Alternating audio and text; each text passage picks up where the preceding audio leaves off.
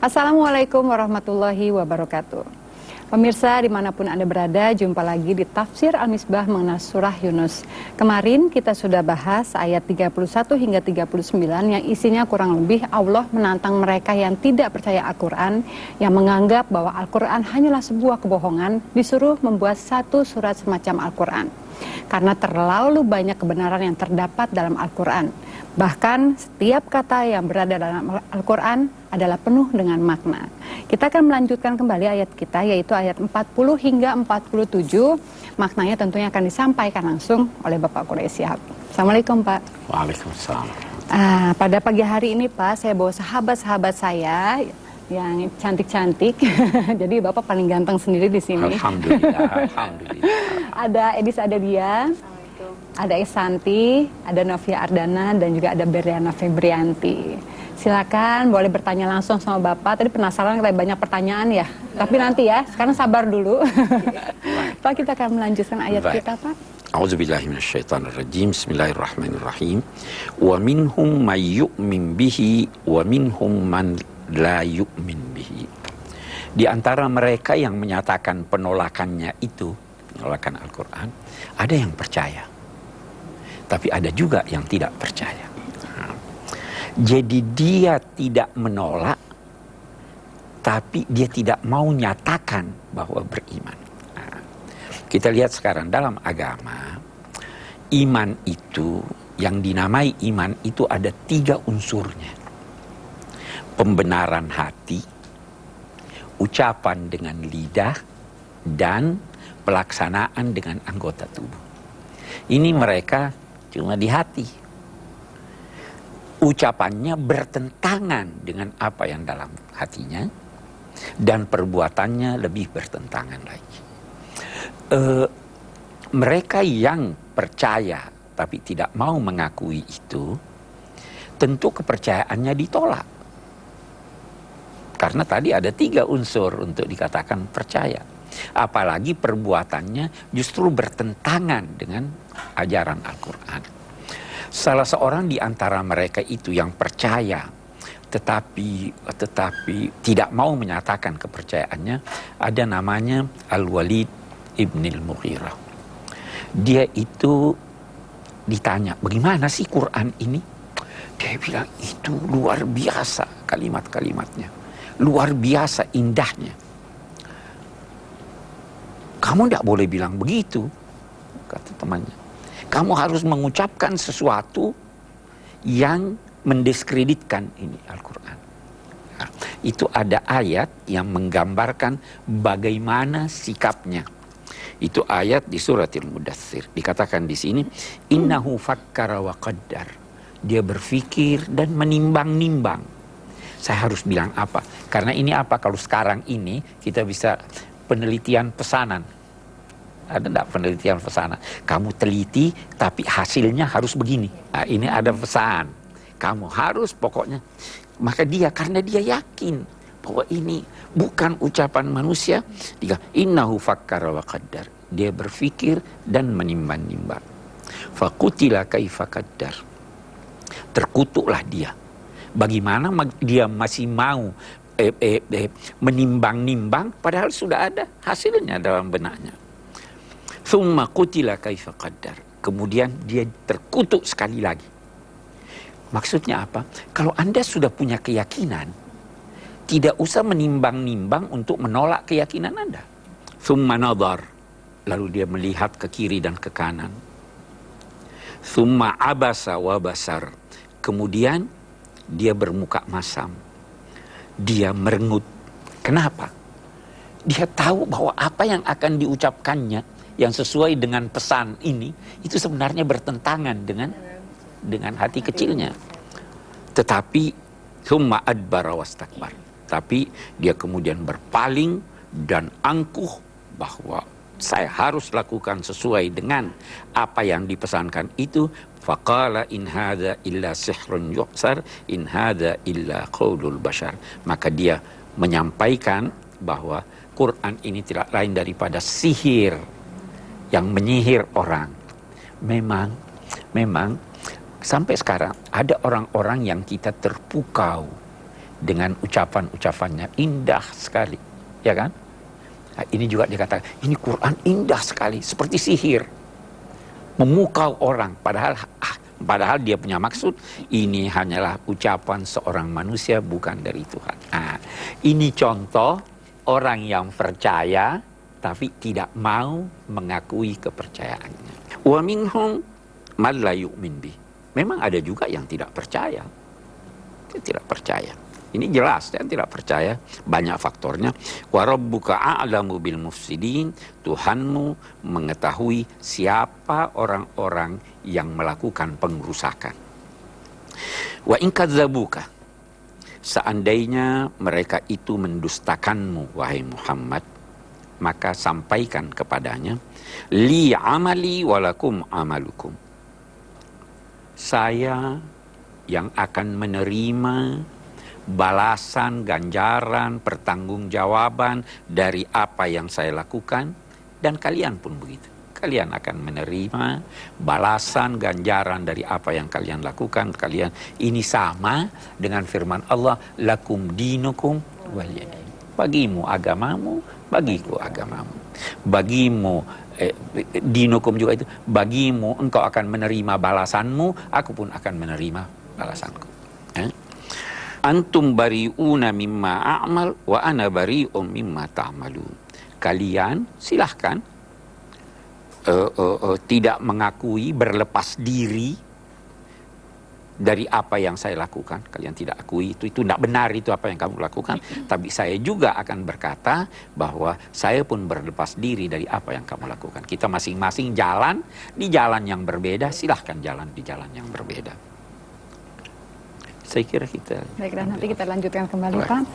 Pemirsa, bahkan ada di antara sebagian orang-orang musyrik itu, mereka percaya akan kebenaran Al-Quran, namun tidak mau mengakuinya. Allah mengutuk bagi mereka yang sudah mempunyai keyakinan akan kebenaran Al-Quran, namun masih menimbang-nimbang tentang kebenarannya. Kami akan kembali setelah yang satu ini, tetaplah di Tafsir Al-Misbah. Sebagai contoh, kita kalau sholat, kita ada berkata, Sami Allahu liman hamidah. Itu terjemahannya apa?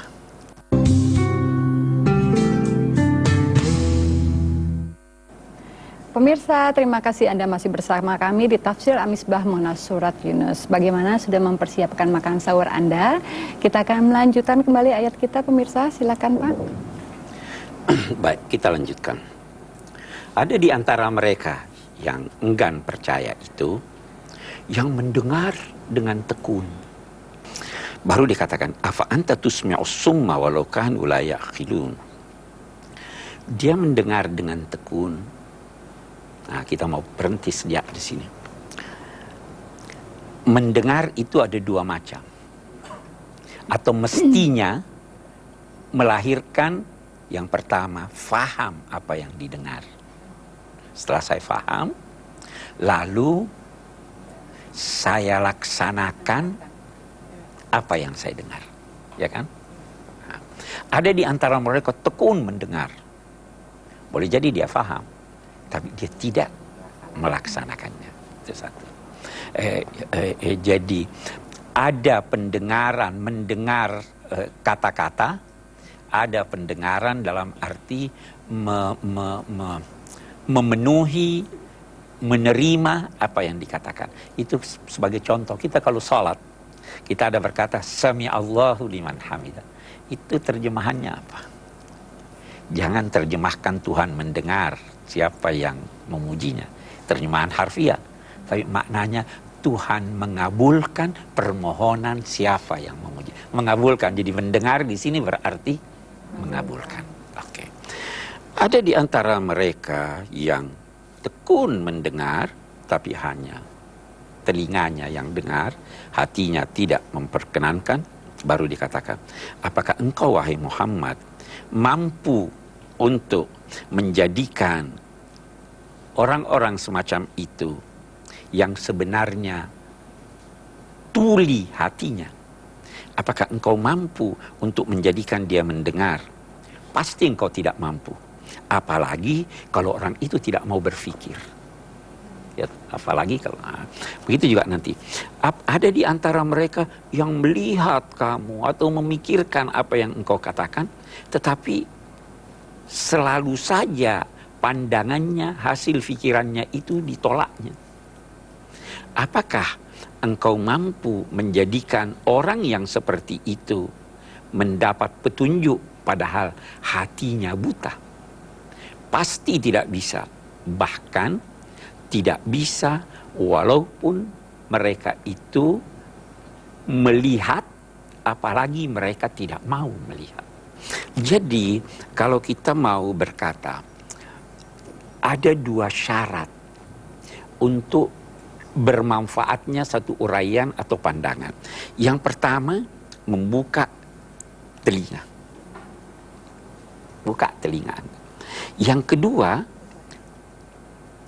Anda setelah mendengar dari orang ini, Anda buka hati. Itu katanya bisa diberi contoh seperti ini. Petani menabur benih. Ya toh. Apa otomatis benih yang ditaburnya tumbuh? Tidak. Harus disiram. Harus dia tanam di tanah, tapi tidak semua tanah loh. Tanah gembur. Tanah yang subur. Apa yang saya ucapkan Anda dengar. Tapi belum tentu Anda mau melaksanakannya. Betul ya. Ya kan? Jadi itu syaratnya dua itu. Dengar. Baru ada lagi kalau kita mau bicara soal ini, supaya benih yang saya tanam itu benih yang baik dalam konteks ucapan yang bisa didengar oleh telinga, hati Anda harus baik. Karena apa yang keluar terucapkan oleh lidah dari hati yang bersih, itu akan diterima dengan baik oleh hati yang bersih.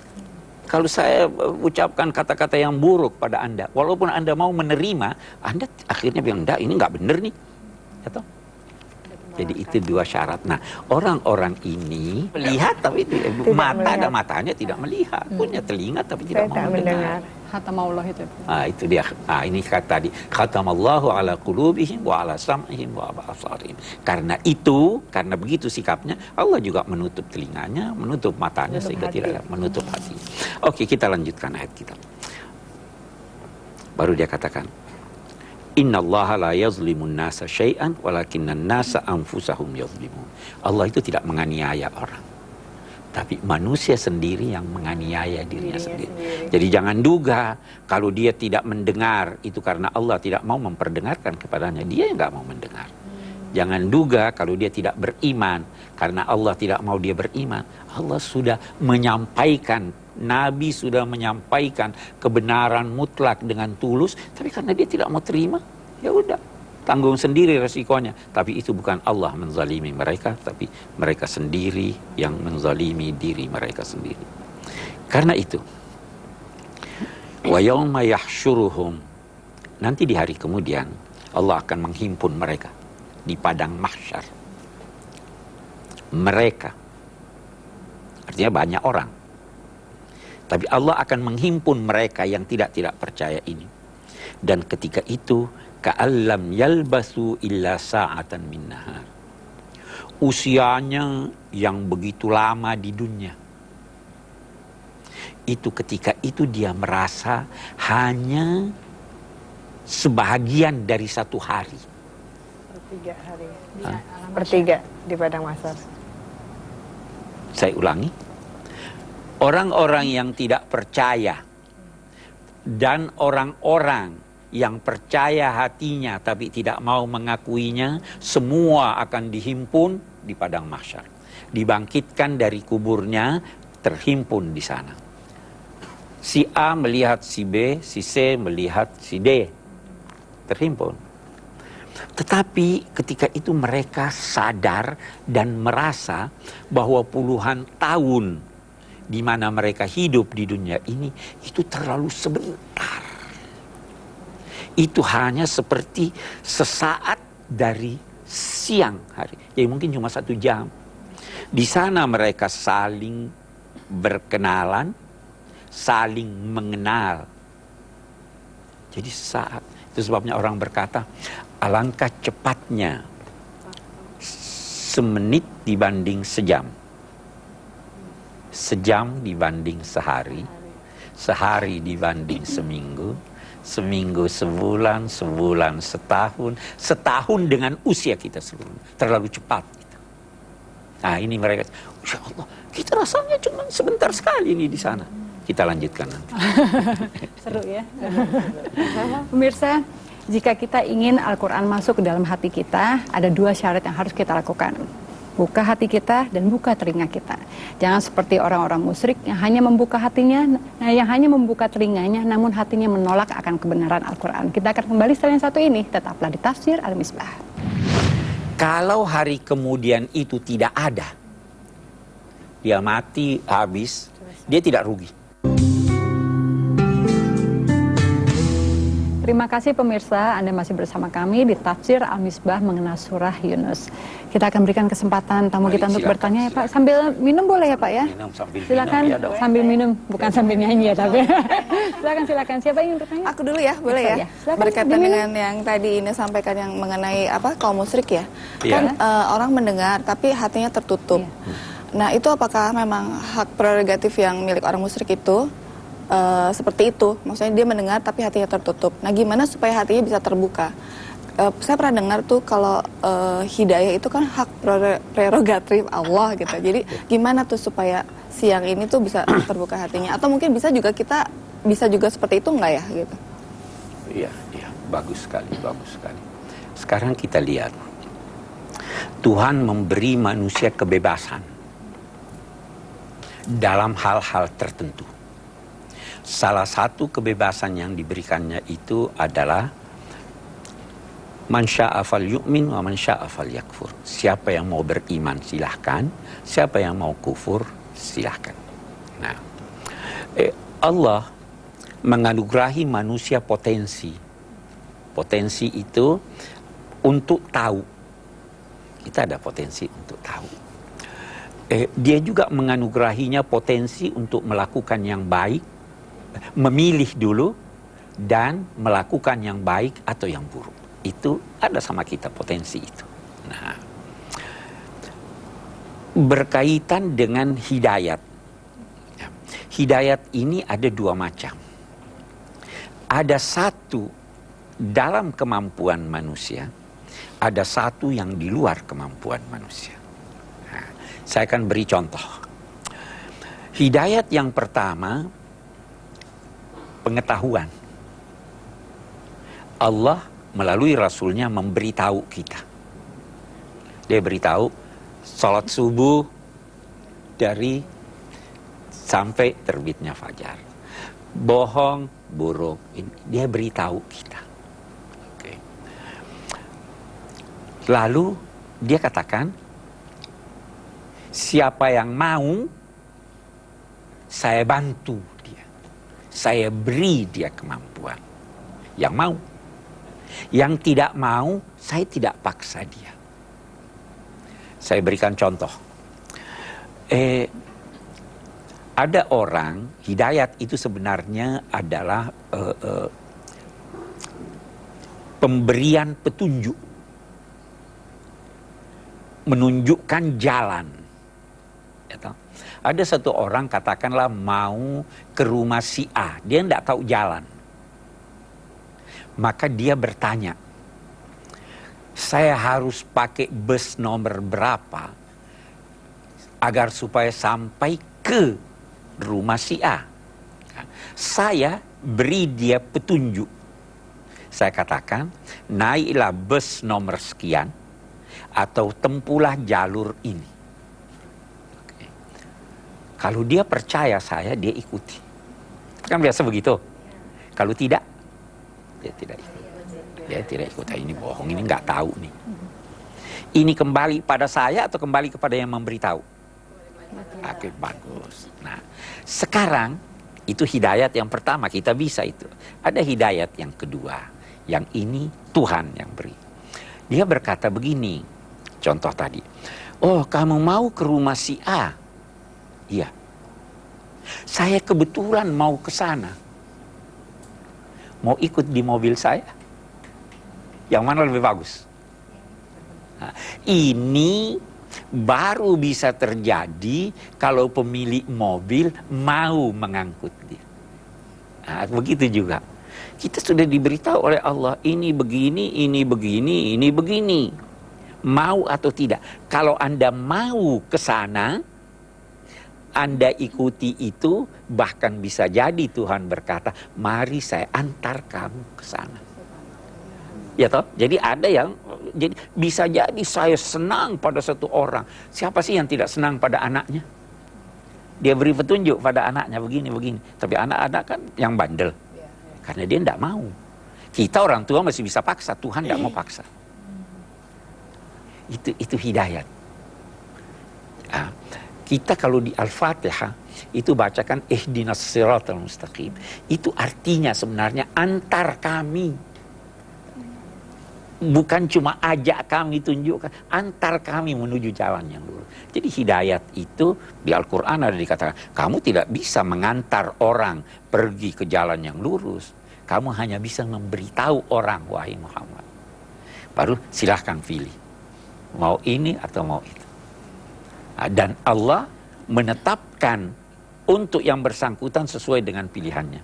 Saya selalu beri contoh, kok kalau mau ke airport jam 4 subuh bisa? Hah? Kalau mau bangun salat subuh kok malas-malas? Mau atau tidak? Ya kan?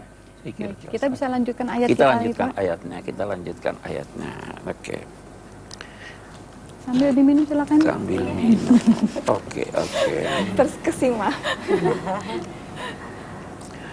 Sungguh qad khasira alladziina kadzdzabu bi liqa'illah wa ma kanu muhtadin. Sungguh merugilah orang-orang yang mengingkari pertemuan dengan Allah. Mengingkari adanya kiamat dan mereka sama sekali tidak memperoleh petunjuk. Kita lihat ini soal rugi atau tidak. Kita itu kata sementara orang untuk tahap pertama. Kita gambling deh. Yang mana kira-kira yang untung? Orang yang percaya ada hari kemudian atau orang yang tidak percaya? Percaya. Kenapa? Mempersiapkan diri, punya bekal. Kita katakan begini. Kalau hari kemudian itu tidak ada, dia mati, habis, dia tidak rugi. Apa ruginya? Iya, betul. Nggak ada rugi. Tapi kalau dia tidak percaya padahal ada, rugi dia atau tidak? Rugi. Dia tidak dapat sorga, dia masuk neraka. Nah, orang-orang ini Allah nyatakan sungguh merugilah orang yang tidak percaya adanya hari kemudian.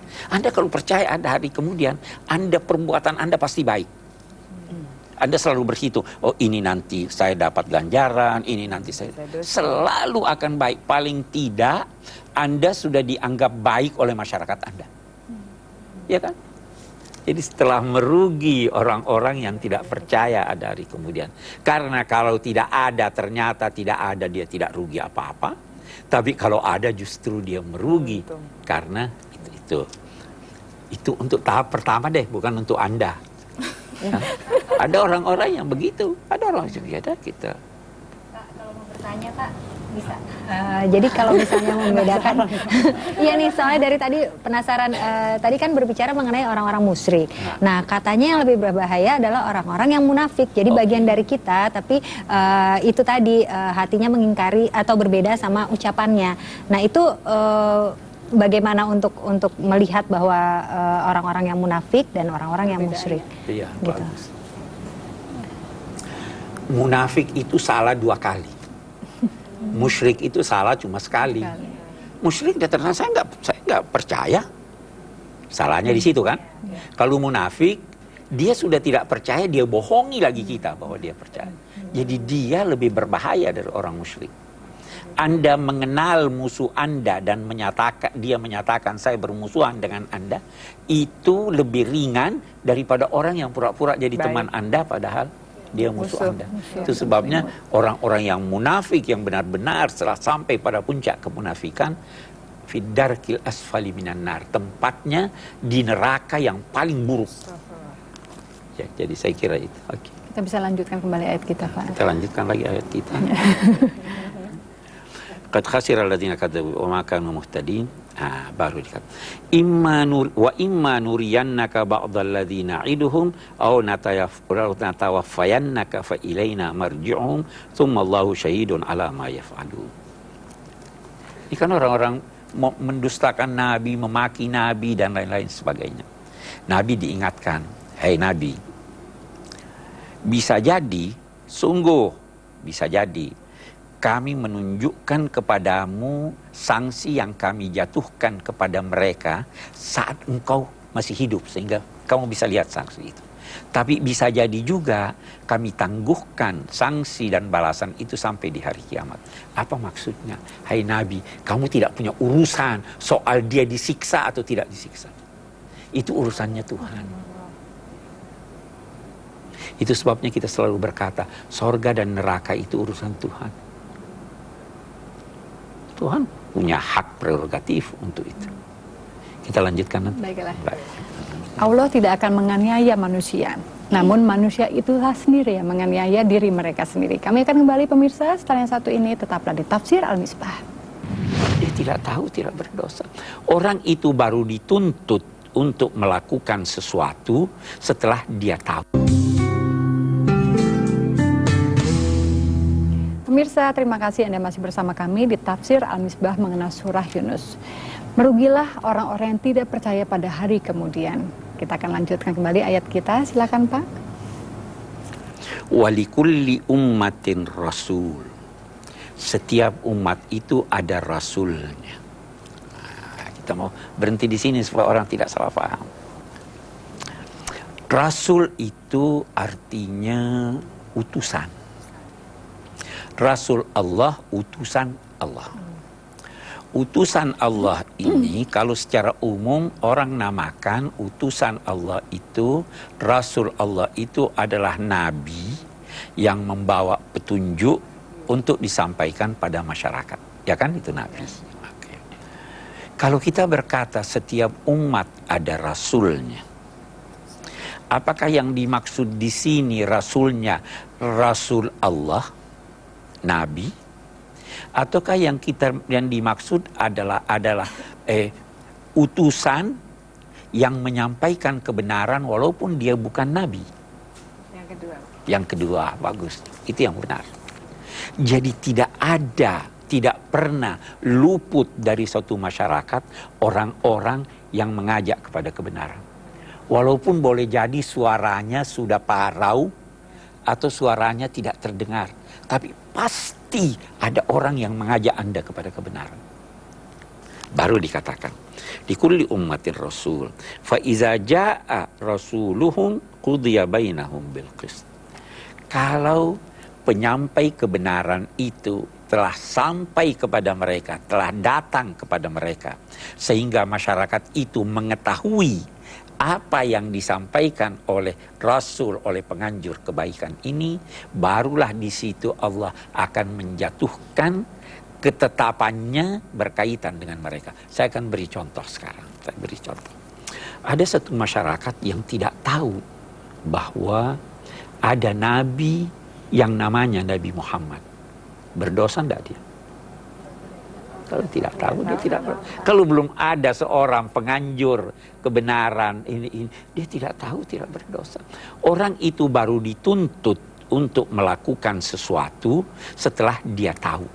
Atau, saya ingin tambahkan, dia mampu tahu tapi tidak mau tahu. Saya tidak menuntut anak kecil di SD untuk tahu pelajaran anak SMP. Dia tidak salah kalau dia tidak tahu.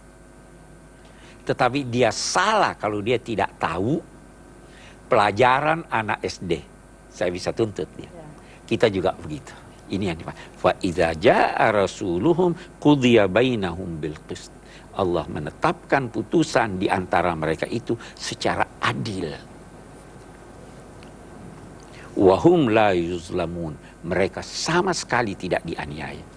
Kenapa tidak dianiaya? Karena apa yang menjadi sanksi yang mereka dapatkan itu adalah buah pekerjaan mereka. Tidak dianiaya.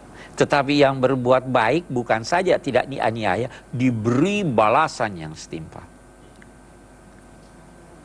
Jadi jangan menduga bahwa sanksi yang dijatuhkan Tuhan itu menganiaya seseorang. Itu buah pekerjaannya. Ya kan? Buah pekerjaannya itu. Jangan juga menduga bahwa ganjaran yang diberikan Tuhan itu setimpal dengan apa yang Anda lakukan. Tetapi lebih baik dari yang Anda lakukan. Mau lihat contohnya lagi dalam kehidupan dunia. Anda punya sebiji benih. Anda tanam. Hasilnya itu adalah perbuatan Allah. Hasilnya itu cuma satu atau banyak? Satu benih banyak. Banyak. Hasil perbuatan baik seperti itu. Saya tanam sebiji, bukan satu tomat, malah satu biji benih ya, tomat. Hasilnya begitu banyak. Itu karena Anda berbuat baik. Mestinya begitu juga kalau buat jahat kan. Tapi Allah terlalu baik. Satu dengan satu aja. Mereka tidak dianiaya. Itu maksud ayat kita. Fahum la yuzlamun. Saya kira itu kita. Silakan. Ya, belum dipersilakan udah saya tanya. Ya, silakan. Mari, Boleh. Nyambung bicaraan barusan nih. Nah. Kan kita bicara bahwa kalau kita menaruh benih yang baik, insya Allah akan dibalas dengan kebaikan yang berlimpah ya.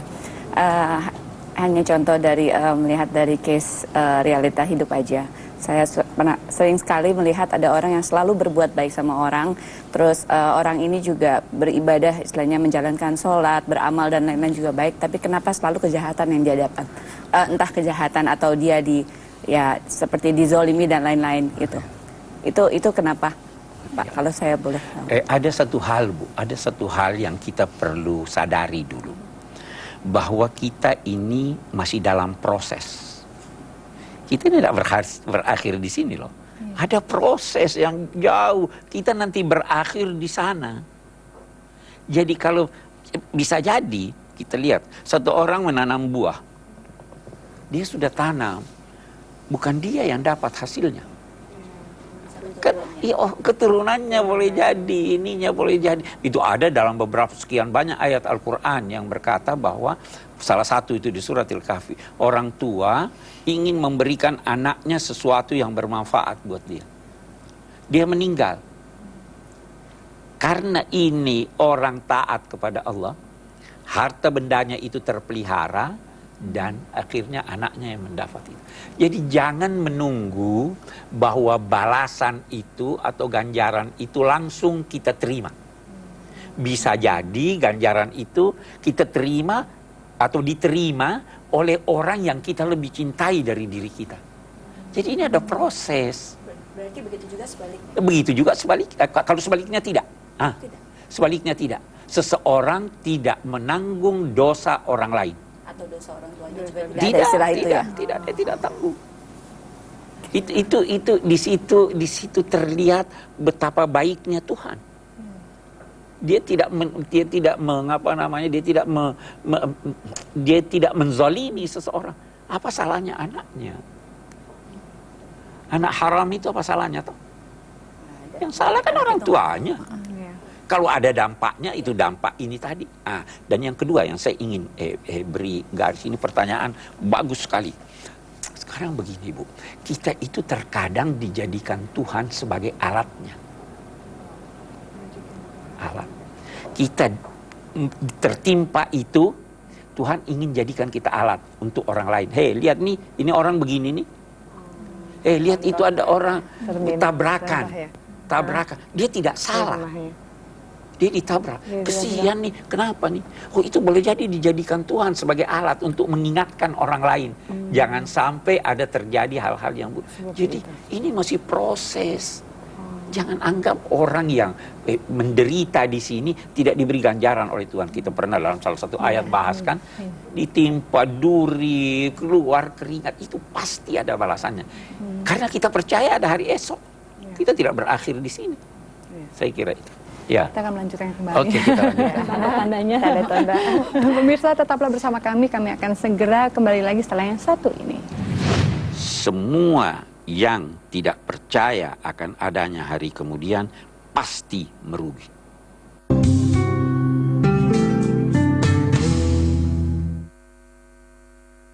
Pemirsa, terima kasih Anda masih bersama kami. Sekarang kita sudah sampai segmen terakhir, yaitu pada kesimpulan yang akan disampaikan oleh Bapak Quraish Shihab. Silakan Pak, kesimpulan ayat kita pada hari ini.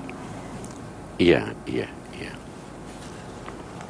Kesimpulan kita.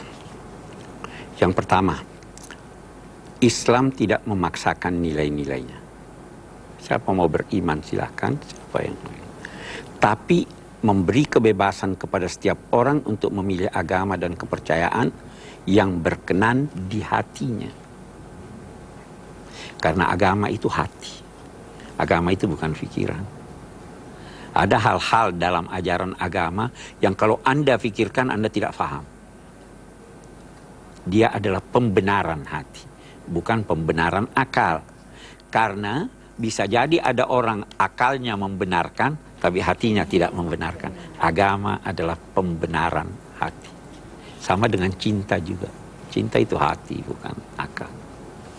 Yang kedua, tujuan mendengar adalah memahami uraian. Itu tujuannya. Ini memerlukan pemikiran dan perenungan. Bila alat pikir telah rusak atau tidak dimiliki sebagaimana halnya binatang, maka memahami tujuan uraian akan sangat sulit kalau enggan berkata mustahil.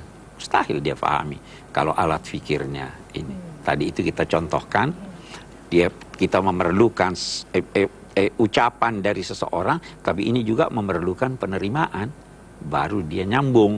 Kalau tidak, dia tidak nyambung. Yang ketiga, alat berfikir pada para pendurhaka telah dikotori oleh aneka kebajikan, dia jadi karatan. Tadinya bersih, tadinya dia punya monitor yang bersih, kotor, tidak bisa lagi menangkap. Ya toh? Sehingga tidak lagi dapat berfungsi dengan baik. Kalau seandainya mereka hanya tuli, tapi dapat menggunakan akalnya, maka boleh jadi dengan melihat mimik si pembicara atau gerak-gerik mulutnya, dia dapat memahami maksud pembicaraan. Kita lihat. Ya toh? Tapi ini matanya buta, telinganya tuli. Itu orang-orang yang ini. Kalau cuma tuli, masih bisa dia paham. Ya kan? Tapi ini seperti itu. Mereka, orang-orang musyrik itu buta dan tuli, tidak mau berpikir dan merenung, bahkan tidak memiliki akal sama sekali. Jadi betapapun hebat dan tekun seseorang menuntunnya, keberhasilan tidak mungkin diraih. Oke. 4. Setelah kematian, seseorang merasa keberadaan di dunia hanya sesaat, sehari, atau kurang dari sehari. 5. Semua yang tidak percaya akan adanya hari kemudian pasti merugi. Pasti merugi.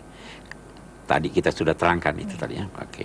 5. Pada hari kemudian akan terputus hubungan akrab dan kekerabatan. Tidak ada lagi istilah itu ibu saya, itu bapak saya, itu teman saya. Sedekat apapun hubungan dan kekerabatan itu selama tidak didasari oleh nilai-nilai agama. Tapi kalau hubungan Anda didasari oleh nilai agama, itu bermanfaat. Karena itu dalam agama itu dikatakan anak yang kalau punya iman dan sedikit amal, sedangkan orang tuanya imannya kuat dan amalnya baik, itu anak bisa mengikuti tempat. Jadi ini ada manfaatnya selama ada iman. Kalau tidak ada iman, anak berpisah dengan bapak, berpisah dengan ibu. Itu di hari kiamat seperti itu. Yang keenam, tidak akan ada sanksi sebelum datangnya pembawa ajaran dan peringatan. Tidak ada sanksi dari Tuhan. Karena itu setiap masyarakat selalu ada yang tampil menyampaikan ajaran. Tidak juga ada sanksi sebelum adanya pelanggaran. Karena itu yang enggan menyambut ajakan akan merugi. Tidak akan. Sebelum Anda tahu, Anda tidak kena sanksi. Yang ketujuh, Nabi Muhammad SAW tidak memiliki sedikit peranan pun dalam jatuhnya sanksi atau ampunan, karena itu hak prerogatif Allah. Saya kira itu. Baik, terima kasih Pak. Selesai sudah uraian kita. Bagaimana? Menarik sekali ya. Ya Allah, kalau mau ada yang ditanyakan langsung bisa nanti ya. Sering-seringlah datang. Pemirsa, terima kasih atas kebersamaan Anda. Semoga tayangan kita pada hari ini bisa membawa hikmah bagi kita semua agar kita tidak salah langkah dalam menjalani hidup ini. Sampai jumpa besok. Wabillahi taufiq wal hidayah. Wassalamualaikum warahmatullahi wabarakatuh.